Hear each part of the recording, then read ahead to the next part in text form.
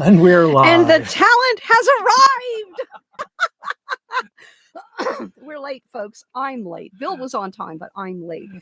I had things to do, including finding my review of the Mysterious Ferret Styles Hungarian style. And I promise I will not make any Hungarian goulash jokes, even though that was essentially what we saw on the screen. It was a goulash of film clips. Okay. Oh, wait, you have an introduction to do. Sorry. Yeah, that's all right.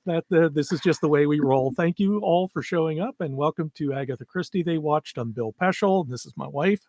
I'm Teresa, and my That's tea bag right. came apart. And glad to see you're focused. Focus on this. And we're here to talk about the Mysterious Ferret Styles. This is the Hungarian version from 2022. And there is a link in the description below to link it to the YouTube version of it. It is absolutely fascinating. As I say in the title, this is the weirdest Agatha Christie movie I think ever made. Now, you may want to talk about weird as far as plot is concerned, but that's not what's so weird about this movie. No, it is the movie itself. This is something that I think could only be done in film, how it's presented, because a stage presentation would never do this. It can only be done on film, and I think it could only be done in the modern day with computer technology, because if you had to cut and splice, and they did amazing things with film almost from the earliest days, but I really don't think you could put together this collage, this salad of film interwoven on the screen where you have 4 or 5 pieces of film running at a time, along with an overlay of graphic elements like dotted lines and boxes and pointing lines and so forth. Without a computer to do it, I don't think that you could. Right. There is, for example, it's called a collage movie, which is essentially a collection of clips spliced together, and then you can do something with sound, you can have a narration, you can have voices, you can do whatever you want. But this is a very avant-garde way in I think, the original sense of doing it. And a good example of that would be Uncenda Angelou, the Alsatian Dog, which is a surrealist movie from the 30s. Salvador Dali was involved in it. A couple other surrealists were in it. I remember seeing it in film class back at UNC back in the day, and it was astonishing. In fact, they even have a little clip. They used one of the clips. There's a notorious sequence in which a woman's eyeball is being sliced with a straight razor. Obviously not real, but implied. Oh my God, really? Really, yeah. That's disgusting. Well, it's avant-garde, but that's the point, and that's what they did here. Not that particular, but it's a collage movie. But I can show you just one clip from the book, one page, the banner from it, and you can see they took at least 6 different clips from various movies. At the very end, they give you a list of the movies, and they're all silent. And it is not complete, by the way. We know for a fact it is not complete because they don't include the Albert Finney film. Right, but that was used kind of like as an interstitial in between, and it's astonishing the amount of work that it took to get all these clips and decide what little bit goes where, and they used it to tell the story. Now, the movie is narrated by Poirot, and he basically uses a lot. They use a lot of text from the novel. They actually use text from some of the other books, which are credited as well. Yeah, and then there were none. Curtain. I wrote it down in here. Peril at End House. There's at least one other that I have missed, but the dialogue is lifted largely from Styles and from the other films. It is, when you watch it, you don't realize at all how faithful this is to the text. And the only major change they make from the text is they eliminate Hastings entirely. Yeah. It's all narrated from Poirot's point of view. It's only an hour long. 65 minutes, actually. But and you have to really pay attention every single minute of those 65 minutes because it all goes by so fast. And we've now seen this, I think, 5 times. Really? Oh, yes, because we watched it. I think we had watched it originally for the book. And then I think we had to watch it again because we didn't know what was going on. And then we watched it to get ready for the festival. The festival, and I think that was maybe twice because we had to make clips We had to include a clip of this for the avant-garde section because this is the only entry in category 6. Yes, category 6 of Agatha Christie films, and category 6 is avant-garde weirdness, and this is avant-garde stands alone. weirdness. It stands alone in But its it's own great. category, and yet it is utterly faithful to the text, with the exception of removing Hastings. Right. It is utterly faithful. You will recognize every single beat, and it took us. It will take you, unless you speak Hungarian, it will take you 3 go-rounds even to start understanding what's going on. The subtitling is maddening. It's minuscule. It's and it whips by way too fast. Yep. To see that. Utterly minuscule. And that's the subtitling right there. And it's and the barrage of imagery is so complicated and so fast moving and so intricate that you just can't take it all in. So the first time you're just just sitting back there as this film salad whooshes over you like a tsunami. It's just, you're sitting there back there in your chair like that, and the cat looks at you funny because the cat doesn't care. And the second time, you're able to read the subtitles and start getting an idea of what you're seeing. And by the time you see it the third time, you're able to say, oh, I see. I think I get it. And then the fourth or fifth time, because you started doing this, you are knowing the story well enough that you can say, that's why this image was chosen to coordinate with the subtitles. Yeah. If you know the story, you can really follow along just because you know the story. You don't have to actually look at the subtitles to get most of it. I glanced down every once in a while. I really needed it. Well, you needed it.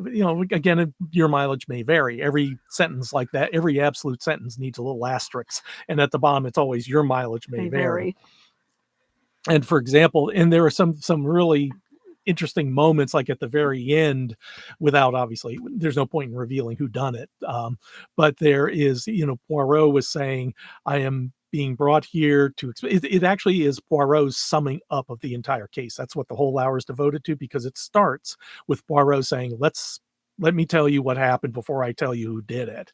And then he tells the story. Yeah. And at the very end, at the very end, when he says there's one thing, that's the one thing that they didn't count on. And you see this image of 2 trains racing towards each other. They did not count on Hercule Poirot. And that's the kind of interaction between the image and the text. And it's just so, it is so unique. I would say there are 3 1/2. There are 3 1/2 adaptations of styles, and each is very, very much its own thing, even though they all include the essential element of the strychnine poisoning, the hidden couple, the utter betrayal. And this is what I think is so interesting, and I can't remember now because my brain is fragmenting as I descend into dementia. In real time, folks. So tune in next week, like and subscribe. But when we watched last week, when we rewatched the Les Petites Styles for the first time, it really struck me. And I'm familiar with this story.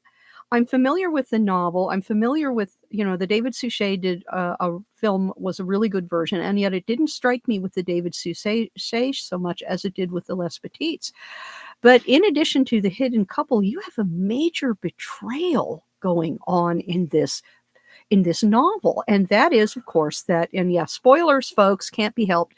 But that is that Evelyn Howard is the trusted companion, personal assistant, almost friend of Emily Cavendish Inglethorpe. And they have been together for over 10 years. Over 10 years easily. In the novel.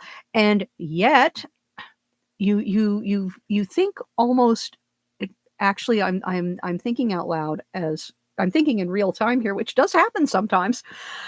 But Bill and I have talked about this a lot, about how Agatha will reuse a trope. Evelyn, and I'm following a line of thought here, Evelyn Howard is a friend, companion, paid companion, personal assistant. She does everything for Emily Cavendish Inglethorpe. And yet she betrays her so that she and her lover can can get all the old lady's money, marry, and go off and be happy. Right. And there is another downtrodden, paid companion, personal assistant, in this case, body slave, and that is Miss Gilchrist in Funerals Are Fatal. And Miss Gilchrist hates the woman she is the companion to. I cannot remember for the life of me what the name of the family is, but if you're familiar with Funerals Are Fatal, you know immediately who I'm talking about. I can't. And you have to get. I'd have to break my arm to get the book out. So you can break. Well, I don't want you to break your arm. You're going to break my arm. Okay. You want? I don't really want you to break your arm, but I can't remember. I can't remember. Ask anyway. But I can't remember. And I think that Evelyn Howard is an example of two different kinds of tropes. One is, of course, she's half of a hidden couple, but the other half is she is someone that you are very close to, and she betrays you without so much as a flicker of hesitation. And it's never brought out in the story, and it's not really, it was brought out a little bit here in the Hungarian styles, that Evelyn introduces Alfred Inglethorpe to the household because he has already been carefully briefed on what it is he needs to say, how he needs to work with Mrs. Inglethorpe, with Mrs. Cavendish. And so, of course, he seduces her, and, you know, emotionally, because he pays so much attention to her, and he's a younger man, and she still has all of those. She may be 70, but she still has all those feelings because they don't die. Mm-hmm. And I know they don't. No, they don't. And but Evelyn Howard had to have introduced Alfred Inglethorpe to the household, and she did it with a reason in mind, which was that if she could persuade very subtly from behind the scenes Mrs. Cavendish to marry again, something she had not planned on doing, most likely, and then they murder the old lady and they go off with all the money and be happy, and she is betraying someone she has known for years. And you just don't. Yes, the Abernathy family. Yeah. Thank you, Kim. Yep, that's right. All right. And and this is a sexual betrayal, and this is not something you expect Agatha to really get into. And of course she doesn't. She's reticent about it. So this is why if you dig a little deeper behind the scenes, you know, it's a sexual betrayal. And it was just like we said in last week's styles, where not only is our handsome hunk betting the equivalent of Mrs. Inglethorpe, but the servant as well, to impregnate her. Oh yeah, I had wondered about that one when I wrote the review the first time. And but when we watched the film again for, I think it was the third time, I finally caught that he had to do the deed himself with Dorothy, the teenage girl, and she was not happy about it.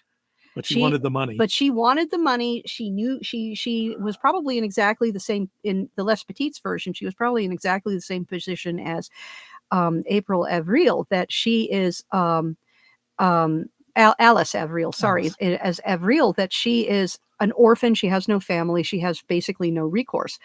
And so you have a betrayal on all kinds of levels. And of course, the woman who is masterminding the plan has to watch her lover with that old bag, bouncing that old bag on the mattress as often as she wants.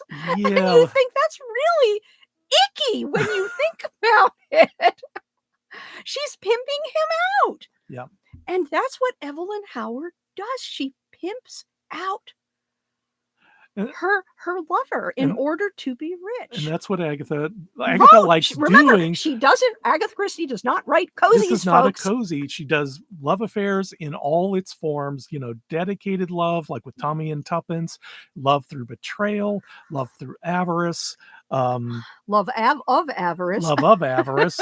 Yeah. And this is what we get out of styles now that we really didn't.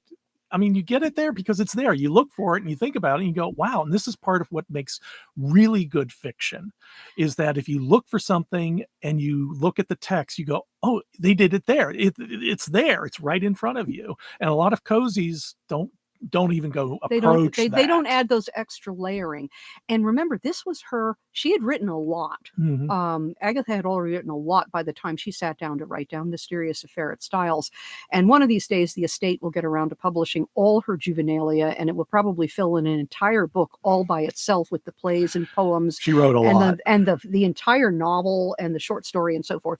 But she had already written a lot. And when you look at how fully formed everyone is, leaping out of the pen, and yet you still don't see everything in the novel. As I said, I'm fairly familiar with the novel. Bill is more familiar because he did the annotated version, which is around here somewhere. Yep, oh yeah, because remember, we have to have an obligatory ad, folks. Ad for the annotated Mysterious Affair at Styles. I photographed the cover, by the way. I'm very proud of that. Yes, you should be proud of that. You took dozens of photos. I took 100 of them. But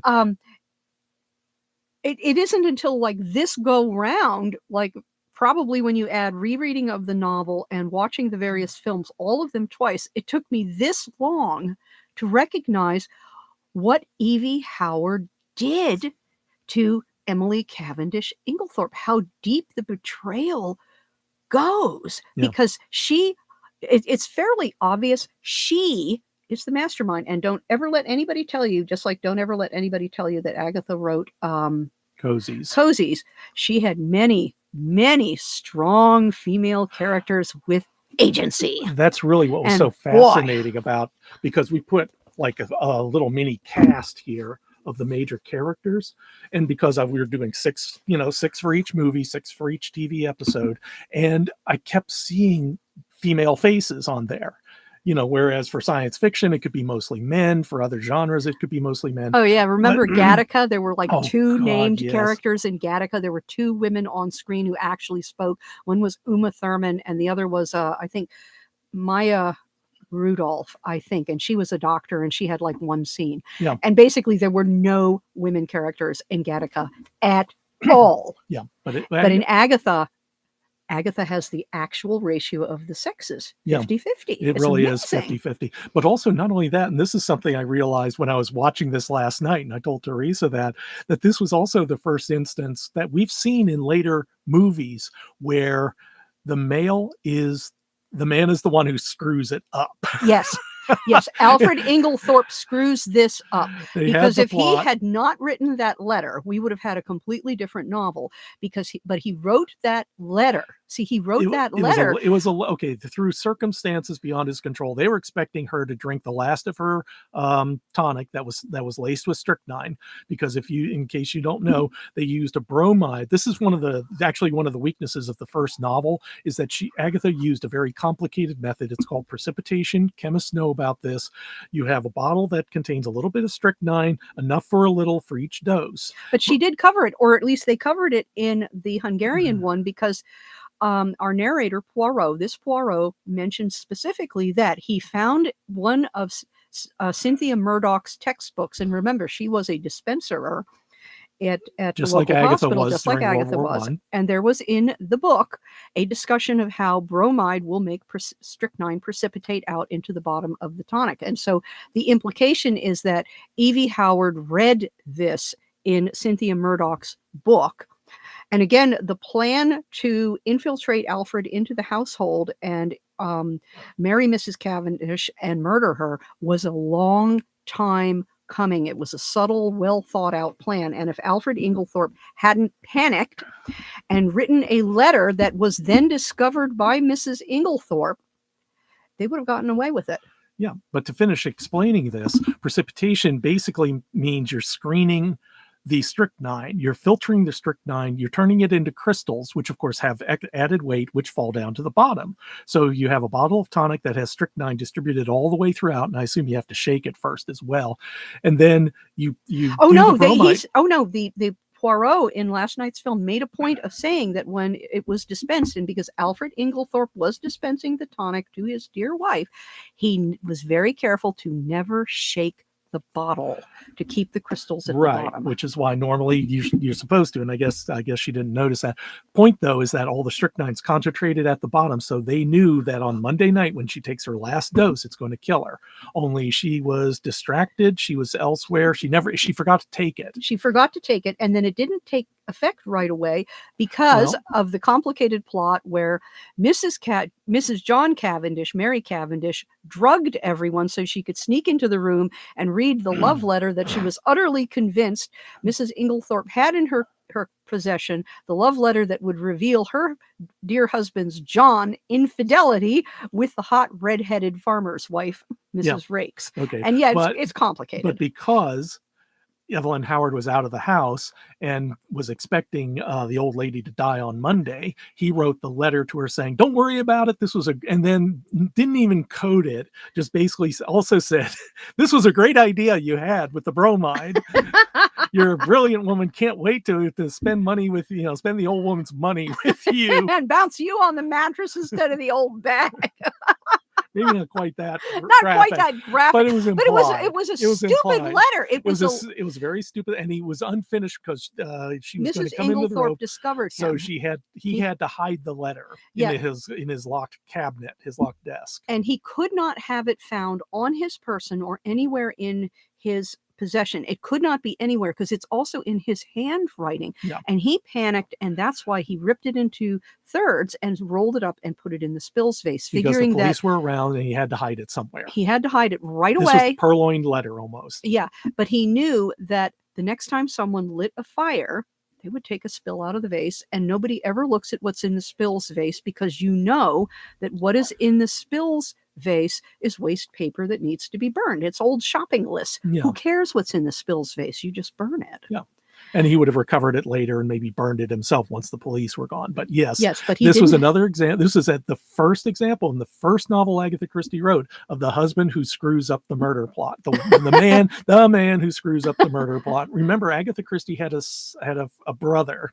Remember his name? Monty, who was a ne'er-do-well, and she obviously patterned his behavior on her. There were many men, I think, who were a rewrite of Monty. There were rewrites of Monty, and this shows up in Murder on the Nile. It shows up on Endless Night. It just pursued her throughout, but she always made it different. That's what's also amazing about her writing genius. It is, and like I said, with the Miss Gilchrist in Funerals Are Fatal, I can't think of very many companions in the Agatha Christie novels, and yet there is Miss Gilchrist, just like Evelyn Howard. Mm-hmm. And Miss Gilchrist she's trapped. She's trapped in a way that Evelyn Howard is not. Mm-hmm. Yep. Miss Gilchrist becomes a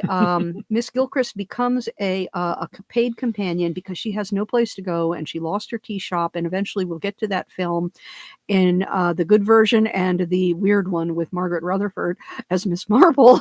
Don't ask yet. Don't ask yet. But it was. I think this is really an example of Agatha's genius, that she will take a trope and then she will reuse that same trope, turn it on its head in a different way 10, 15, 20 novels later. Yeah. Because as I said, we have the companion here, the paid companion, Evelyn Howard, and I don't think a major paid companion shows up again until Funerals Are Fatal. Yeah. Now to get back to the movie itself, because we saw at the end they listed all the movies that they drew clips from, and you could see there are The Early Silence of Alfred Hitchcock. There's F.W. Monroe. I saw King Vidor. The Big Parade. Fritz Lang. Eric von Stroheim. Yep. There was a lot of Buster Keaton. There was Charlie Chaplin. There was even a Harold Lloyd one with him on the clock tower, climbing the clock tower. Charles Chaplin was how he was listed, not Charlie Chaplin, but Charles Chaplin. Yeah, and they're all overlaid with each. They're sometimes interwoven because they'll have a person that is outlined. He's looking away, and he's outlined and clearly placed in another clip. Yeah, and then they drew over it. So like you'll have a person here standing. You've got 6 clips across the screen, all running their own thing, and you've got him looking, and they draw a line all the way across the screen to another person whose face has been black boxed. Yeah, and the idea is to direct your attention as they're telling the story, because when Poirot tells the story of the Spills vase, you can see they have one of the clips is a vase on a staircase. That's the best they could do, and they actually draw a line across with a little arrow and in then a box. A little box look appears. Look at this. Look at this. And they repeat clips. I mean, when I say repeat, they'll have like a 3 second or 5 second clip on a loop, so the whole screen is there. The Venus flytrap got me every time. Oh yeah, Yeah. and how you get trapped, and there's just suddenly you see a Venus flytrap closing in, and that's a very nice visual metaphor. Oh, wonderful. But they'll repeat it so that if you miss it the first time, it's like 20 seconds for a particular scene to appear, and that particular action, the face of a woman who is just looking at you with lust in her eye, and that repeats itself, or it'll go backwards and then forwards, backwards and forwards. It's very clever. Amazingly done. Amazingly clever. And I really don't think they could have done this even 20 years ago. You needed digital software manipulation. Digital software manipulation, because there were scenes on there. Scene isn't the right word, but like you'll have a clip from a video game. Yeah. There was one that you pointed out. It was from Doom. And you see the bottom half of someone's face. It's just it's the scoring panel at the bottom of Doom, and you have the guy's face, and his face will take damage as your health goes down. Is Duke Nukem in Doom? No, it's similar. It's same kind of game. It was a later version of Doom, first-person shooter. First-person shooter. Okay, I got it. I don't play video games, so I'm totally out. I play solitaire. Yeah, there's even a subtle one. It's an old wireframe of you going through a maze, and all you see are the maze walls, the panels, and you go through to the left and right, and of course the camera shifts as you do so. And that's what Poirot is doing. He's walking through a maze of clues, real clues and false clues, what he's being told versus what he knows, what he, from his own past experience, from his own policeman's experience. He's walking through this maze. And I am sure that that's why the filmmaker used that particular clip to illustrate you were threading your way through the maze. And it's overlaid with a video of something else happening. So you're this is why you have to pay attention to the graphics, to the screen, because there's a lot of information being fed to you. And if nothing else, it's just fascinating watching these clips of old movies in very clear format, so you can actually see their faces and see what they're doing. But it will take you 3 or 4 tries, 3 or 4 repeat viewings, so that you can reach the point where you're familiar enough with the story that you can look at the visuals and say, that's why this visual was chosen. This particular actress from this silent film, and she had a very white face with this really elaborate eye makeup, and that was who they used for Evelyn Howard. And they had for Alfred Inglethorpe, they found some silent movie actor with a beard, like down to his waist. And they repeated that several times. They always used the same visuals, the same actor from whatever film it was. They used for John Cavendish, for Lawrence Cavendish, for Mrs. Cavendish, Mrs. Mary Cavendish, and Cynthia Monroe, who didn't show up very much, but she still mattered. So it's not as random. It's not random at all. The first time you watch this, you're sure that the films were just thrown up at the screen randomly, but they are not. But you can't tell this. You will not know this until you've seen it 3 or 4 times. Or 5 times, because I still didn't see some of the things you saw. And then, of course, I have some film knowledge. So if I look at a certain scene, I can say, okay, I know where that's from. And that's just, age and experience. If you've seen a lot of movies, especially silent movies, you're gonna catch a little bit of glimpse of D.W. Griffith's Intolerance. That's right. There was a flash of Intolerance on the screen, and I couldn't tell you which bit it was.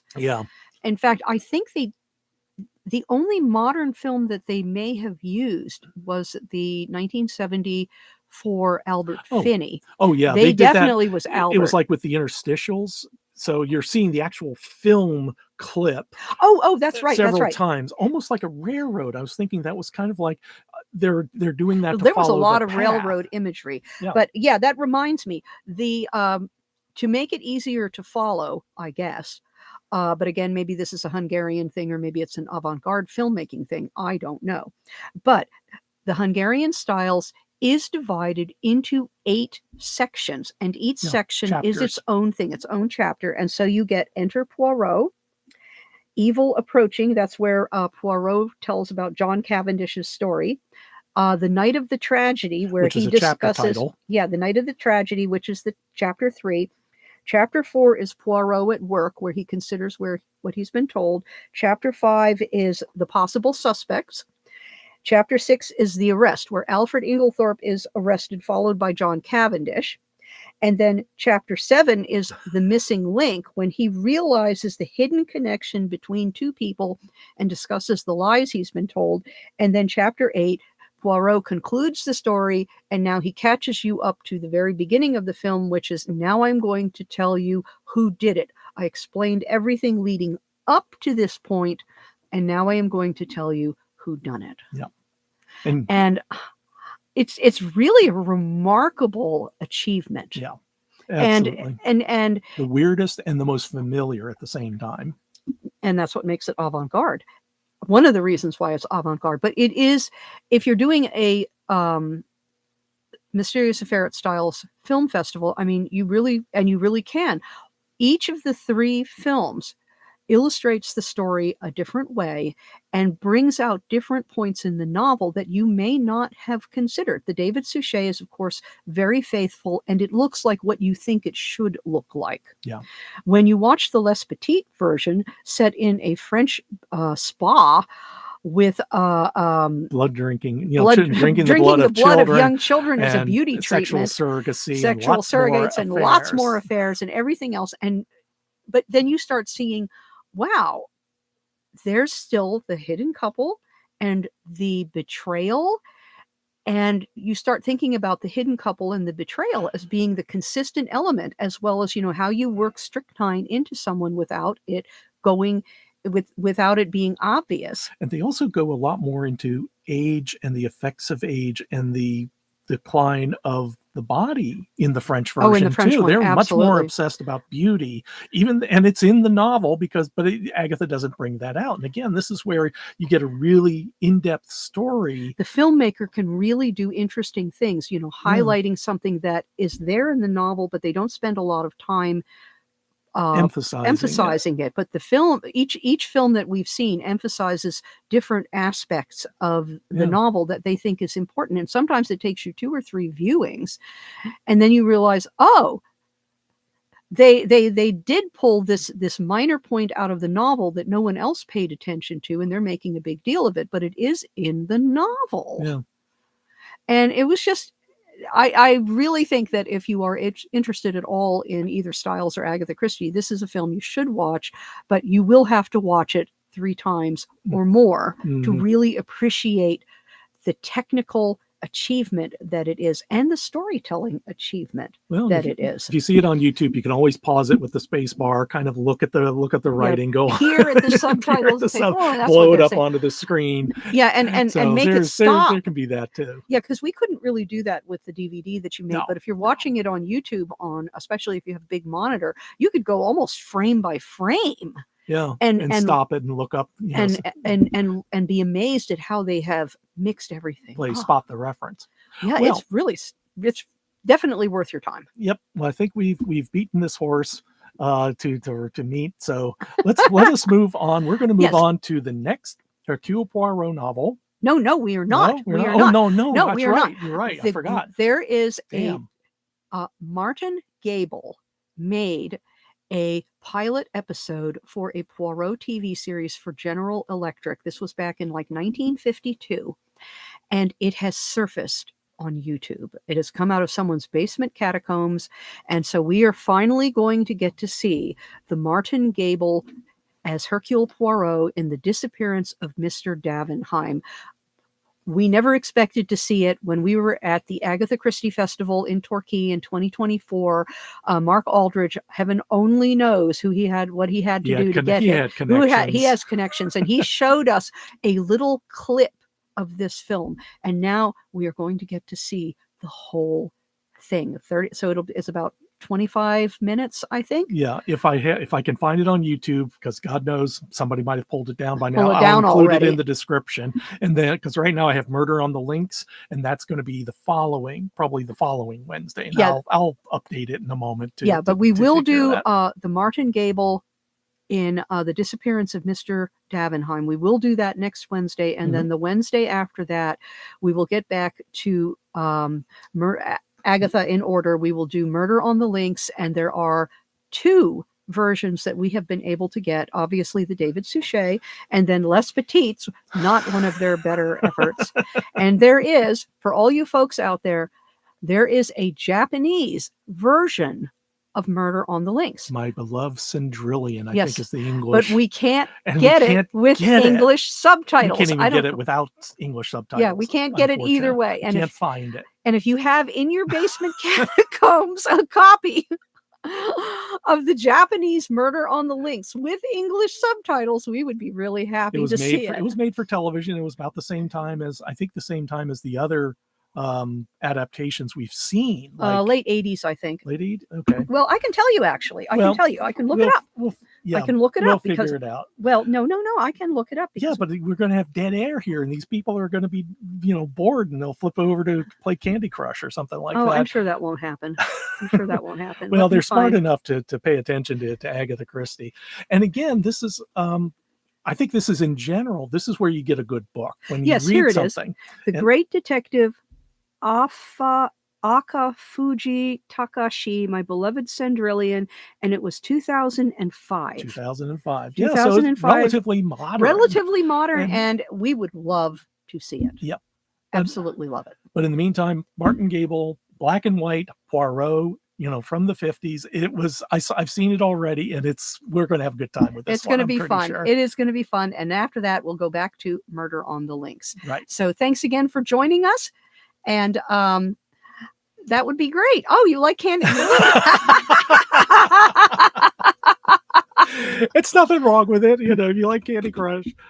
I've been watching streams of Arc. Oh God, I'm getting it. It's Arc something. Arc Raiders. That's it. I don't play the video games anymore. I used to back in the day, back when Pong. I saw it at a arcade. Actually, it was a grill in Ocean Isle, North Carolina. I looked at the future. I always came down to play the pinball machines, and I saw that weird thing, boop, boop, boop. And if I had known then what I know now, yep, I would have bought stock in Microsoft. Yep, absolutely. But yes, I play a lot of solitaire. So if you look at World of Solitaire, you will see me. Yep. I succeed at a lot. But we need to go. We'll say goodbye. So you thanks have to get again. On with your lives. Bye-bye. Mwah. And bless you all. And off we go. And we go. Yep. Yay!